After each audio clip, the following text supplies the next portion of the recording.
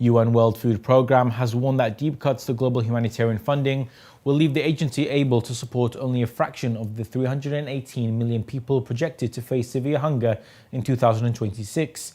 In a statement on Tuesday, the WFP said declining contributions mean it will be forced to prioritize aid for roughly one-third of those in need, focusing on 110 million most vulnerable. The agency estimates it will require $13 billion next year to assist that core group, but cautioned that the current funding projections indicate it only may receive about half of that amount. The WFP's largest donor, the United States, has reduced foreign aid under President Donald Trump, while several major European donors have also trimmed humanitarian budgets, contributing to the widening resource gap. According to the WFP, the number of people experiencing acute hunger has more than doubled since 2019, driven by conflict, extreme weather events, and worsening economic instability.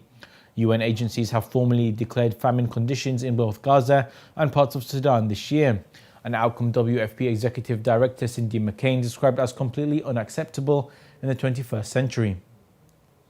In a forward to the WFP's 2026 Global Outlook report, McCain warned that the international response to escalating hunger remains slow, fragmented and underfunded. She said global aid now covers less than half of identified needs and that nearly all WFP operations have been forced to scale back food and cash assistance, leaving staff to make difficult decisions about who receives support.